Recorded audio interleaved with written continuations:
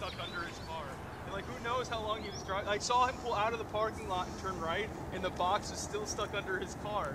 So who knows how long he was driving with that box under his car. I like bet he got home, he pulled into his driveway. Out in the sky. I'm not. Wow.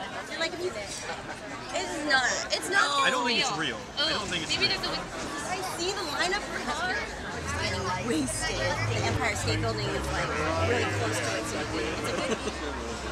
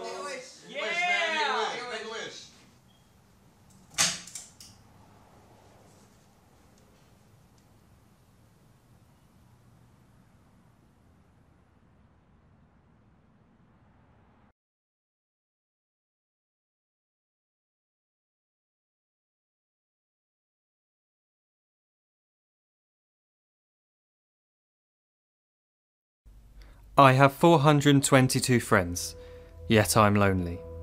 I speak to all of them every day, yet none of them really know me. The problem I have sits in the spaces between looking into their eyes or at a name on a screen. I took a step back and opened my eyes. I looked around and realised that this media we call social is anything but when we open our computers and it's our doors we shut. All this technology we have, it's just an illusion. Community, companionship, a sense of inclusion. Yet when you step away from this device of delusion, you awaken to see a world of confusion. A world where we're slaves to the technology we mastered, where information gets sold by some rich, greedy bastard. A world of self-interest, self-image, self-promotion, where we all share our best bits but leave out the emotion. We're at our most happy with an experience we share. But is it the same if no one is there? Be there for your friends, and they'll be there too, but no one will be if a group message will do. We edit and exaggerate, crave adulation. We pretend not to notice the social isolation. We put our words into order until our lives are glistening. We don't even know if anyone is listening. Being alone isn't a problem. Let me just emphasise, if you read a book, paint a picture, or do some exercise, you're being productive and present, not reserved and recluse. You're being awake and attentive and putting your time to good use. So when you're in public and you start to feel alone, put your hands behind your head, step away from the phone. You don't need to stare at your menu or at your contact list. Just talk to one another. Learn to coexist.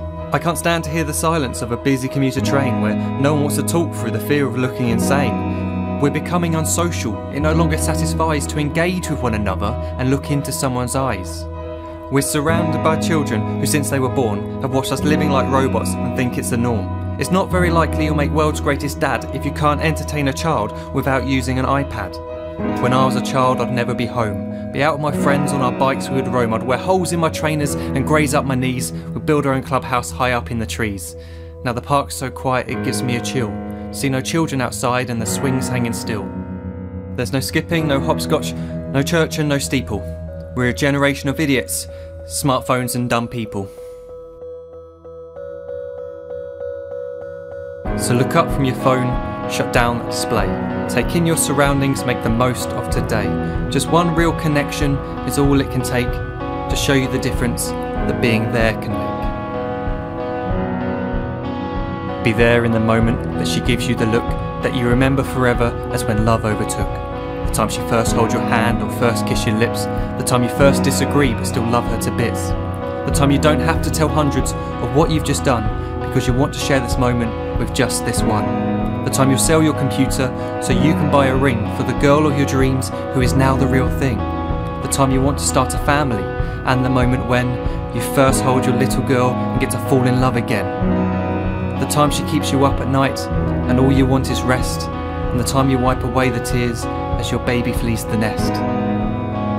The time your baby girl returns with a boy for you to hold, and the time he calls you granddad and makes you feel real old. The time you take in all you've made just by giving life attention, and how you're glad you didn't waste it by looking down at some invention. The time you hold your wife's hand, sit down beside her bed, you tell her that you love her, lay a kiss upon her head. She then whispers to you quietly, as her heart gives a final beat, that she's lucky she got stopped by that lost boy in the street.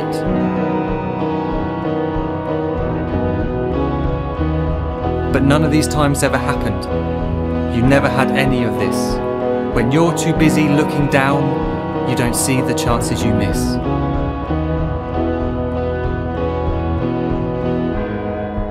So look up from your phone, shut down those displays. We have a finite existence, a set number of days. Don't waste your life getting caught in the net, as when the end comes, nothing's worse than regret. I am guilty too of being part of this machine, this digital world we are heard but not seen, where we type as we talk and we read as we chat, where we spend hours together without making eye contact. So don't give in to a life where you follow the hype. Give people your love, don't give them your like. Disconnect from the need to be heard and defined. Go out into the world, leave distractions behind. Look up from your phone, shut down that display. Stop watching this video, live life the real way.